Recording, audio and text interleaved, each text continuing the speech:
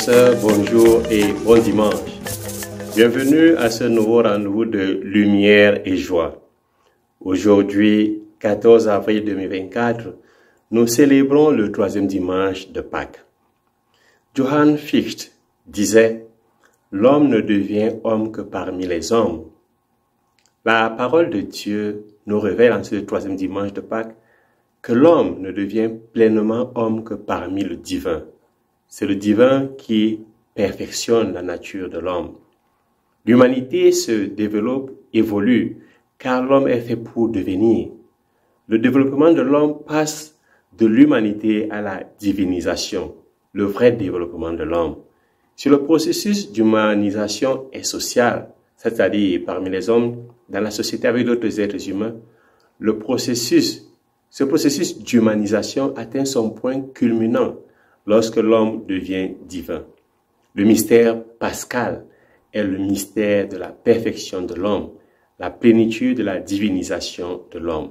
Frères et sœurs, pour comprendre ce processus, j'aimerais méditer avec vous les textes de ce jour en nous basant sur 4 points. D'abord, l'homme aux prises avec le mal. Deuxièmement, Dieu veut et peut sauver et libérer l'homme de l'emprise du mal. Troisièmement, Jésus, protagoniste, acteur de cette libération qui divinise l'homme à travers sa mort et sa résurrection. Et enfin, pour profiter de cette divinisation de l'homme, il faut se convertir. Premièrement, donc, l'homme aux prises avec le mal. L'homme est souvent confronté au mal, aux forces négatives qui sont des forces de destruction, qui ont leur racine dans le péché. Toutes les lectures de ce dimanche nous mettent face à cette expérience du malin qui cherche toujours à détruire l'humain, surtout l'homme juste. Et le malin se sert toujours d'autres hommes qui sont ses suppôts pour détruire l'humanité qui recherche le chemin de Dieu, le chemin de l'excellence, le chemin de la perfection, le chemin des valeurs.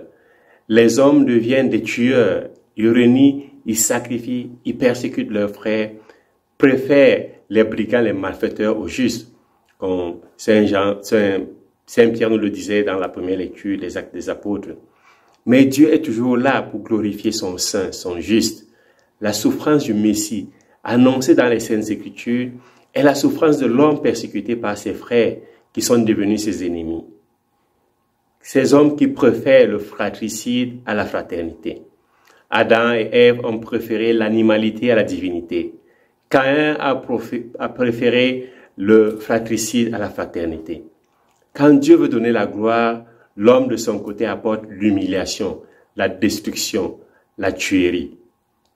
Parce que j'aimerais partager avec vous cette fable d'Ésope qui nous dit « Le buisson d'épines dit un jour au jardinier, si j'avais quelqu'un qui prit soin de moi et qui me plantant au milieu du jardin m'arrosa et me cultiva, certes, les rois même me rechercheraient et contempleraient mes fleurs et mes fruits. » Le jardinier le prit et le planta dans la meilleure terre au milieu du jardin, et chaque jour il arrosait 2 fois. Alors les épines du buisson se multiplièrent, se fortifièrent, ses branches s'élevèrent au-dessus de tous les arbres autour de lui, et ses racines s'étendirent dans la terre, jusqu'à ce que le jardin en étant rempli, personne ne put plus approcher à cause des ronces et des épines. Voilà ce qui arrive quand nous nourrissons le mal, quand nous cultivons le mal en nous. Mais Dieu veut nous sauver de cette emprise du mal. Dieu veut nous libérer. Deuxièmement donc, Dieu a mis à la disposition de l'homme sa parole et ses commandements pour le sauver du mal. Dieu est un pédagogue, un père qui met à la disposition de l'homme des ressources pour que l'homme soit glorifié. Dieu tient ses promesses. Il accomplit ce qu'il a annoncé.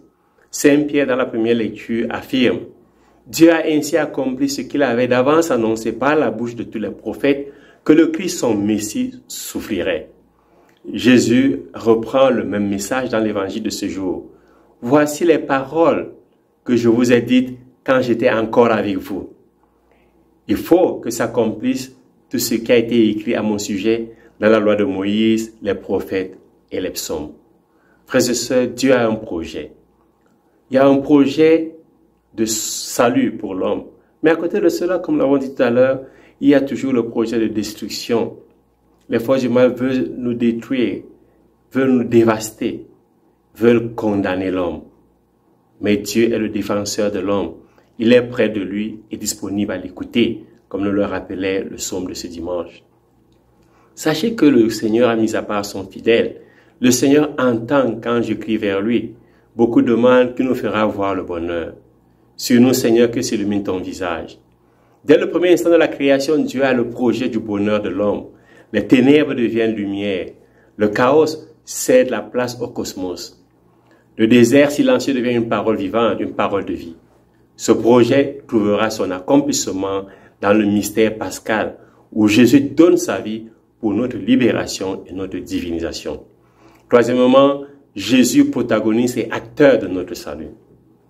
Le Dieu d'Abraham, d'Isaac et de Jacob, le Dieu de nos pères, a glorifié son serviteur Jésus alors que vous l'aviez livré, vous l'aviez renié en présence de Pilate qui était décidé de le relâcher.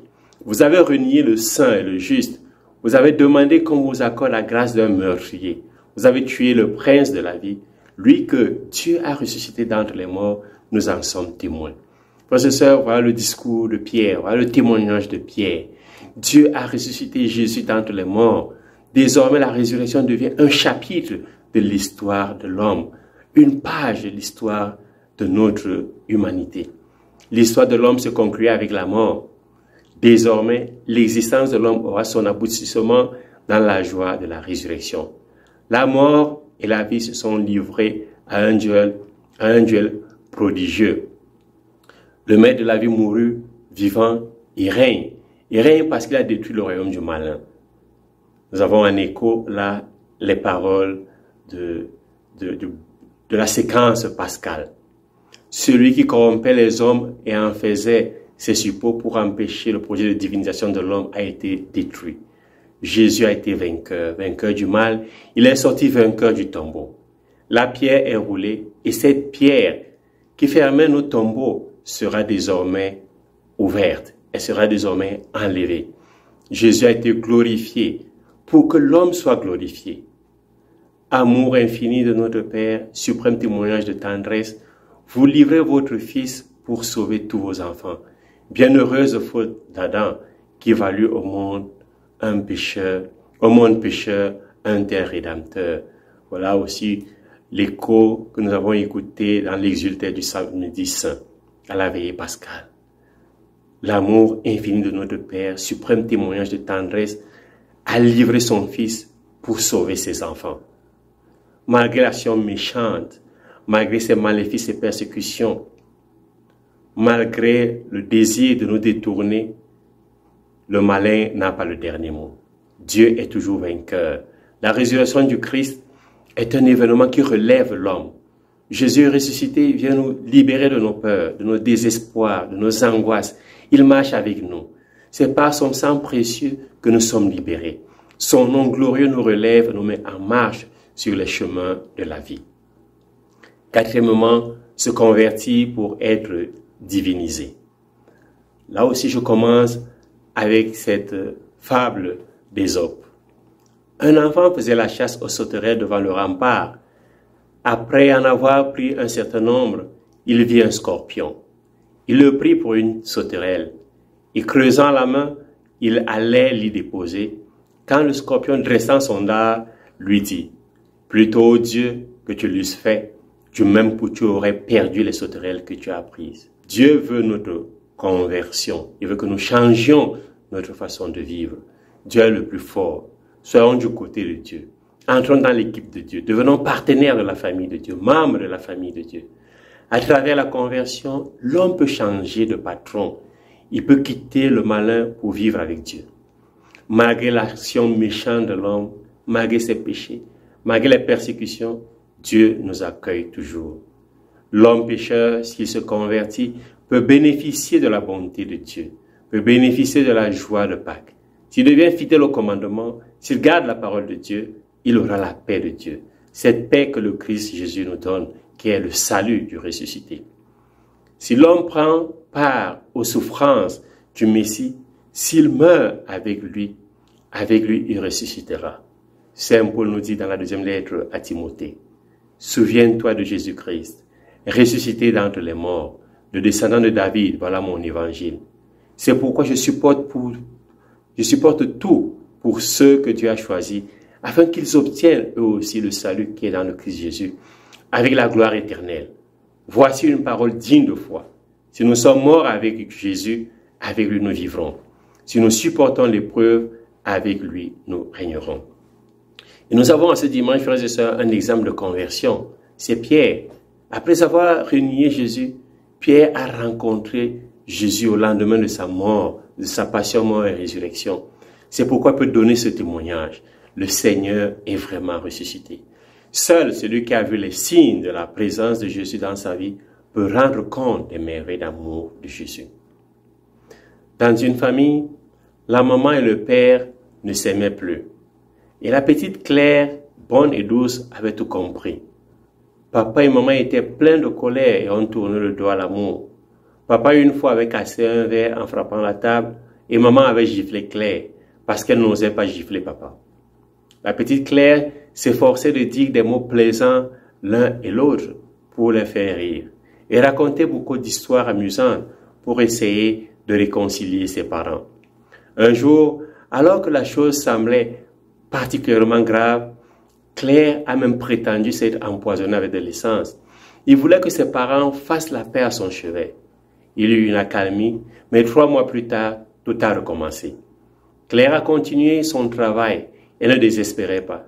La nuit dans son lit, elle priait, « Seigneur, s'il te plaît, fais-les arrêter. » Un jour, à table, elle prit le pain et partagea avec son père et sa mère en disant, « Prenez et mangez, ceci est mon corps livré pour votre réconciliation. » Les parents, ayant entendu ces paroles, fondirent en larmes et s'embrassèrent en remerciant leur petite fille Claire qui avait apporté la paix dans le couple, dans la famille.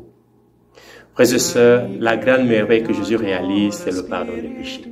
C'est notre salut, c'est notre divinisation. Par son sacrifice, le Christ obtient le pardon de nos péchés, non seulement des nôtres, mais aussi de ceux du monde entier. La présence du ressuscité apporte du nouveau dans nos activités. Elle apporte de l'excellence dans notre histoire. Si Jésus est ressuscité, le chrétien ne peut ne pas annoncer qu'il est vivant et qu'il veut chacun de nos vivants. Il faut annoncer le ressuscité à travers le pardon fraternel, à travers la miséricorde. Dieu a ressuscité Jésus. Il est présent dans nos vies. Il est au cœur de notre histoire, à travers sa parole et ses signes. Rendons Jésus présent en pardonnant à nos frères et sœurs. Bon dimanche, loué soit Jésus-Christ et que Dieu vous bénisse. Digitus paterne dextere, turite